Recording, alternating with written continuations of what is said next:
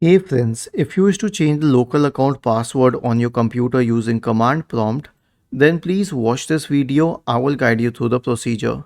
So we have a command here which is net space user space, the username and the password. Now I'll tell you something, this is for local usernames only, not for Microsoft usernames, because that can only be changed online, that cannot be changed locally. But as for the local username, in my case the username is gamein, and let's say that I want the new password to be new password 1234. Okay, so I will copy this command.